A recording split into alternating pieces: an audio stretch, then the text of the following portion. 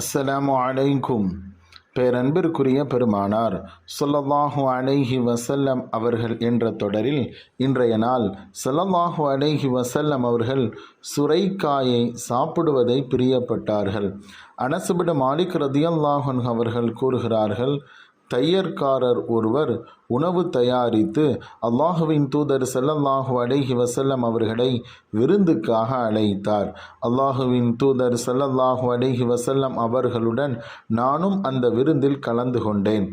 ஸல்லல்லாஹு அலைஹி வஸல்லம் அவர்களுக்காக தொலி நீக்கப்படாத கோதுமை ரொட்டியையும் சுரைக்காய் மற்றும் உப்பு கண்டம் கலந்திருந்த குழம்பை பரிமாறினார்கள்.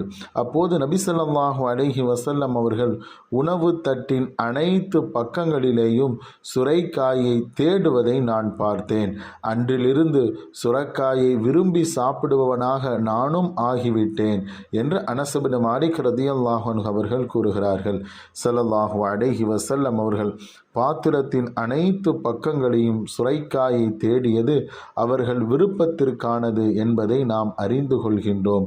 தட்டுகளில் நாலா பக்கங்களும் கைகள் செல்வது நம்மோடு அமர்ந்திருப்பவருக்கு எந்த இடையூறும் இல்லை என்றால் அது செல்வது எந்த ஒழுங்கீனமாகும் அது ஆகாது.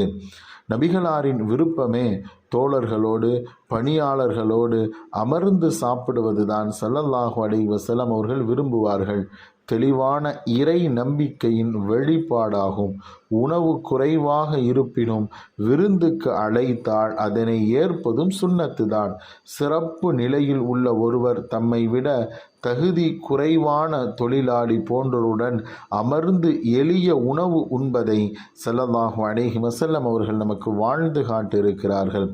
அவரது விருந்தோம்பலை ஏற்பதும் பணியாளர்களோடு உடன் அமர்ந்து சாப்பிடுவதும் நபிகளாரினுடைய பணிவை நமக்கு காட்டுகிறது.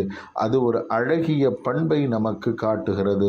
தோழர்களிடம் காட்டிய மென்மையான அந்த அன்பும் அவர்களோடு ஸல்லல்லாஹு அலைஹி வஸல்லம் அவர்கள் வாழ்ந்த வாழ்வையும் இந்த ஹதீஸ் நமக்கு சுட்டி காட்டுகிறது.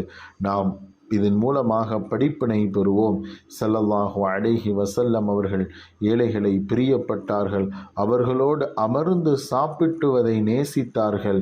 அவர்களோடு ஒன்றாக இணைந்து வாழ்ந்ததை தான் ஸல்லல்லாஹு அலைஹி வஸல்லமுடைய வாழ்வில் பார்க்க முடிகின்றது. வாருங்கள் அந்த வாழ்வை நாமும் பின்பற்றுவோம். அஸ்ஸலாமு அலைக்கும்.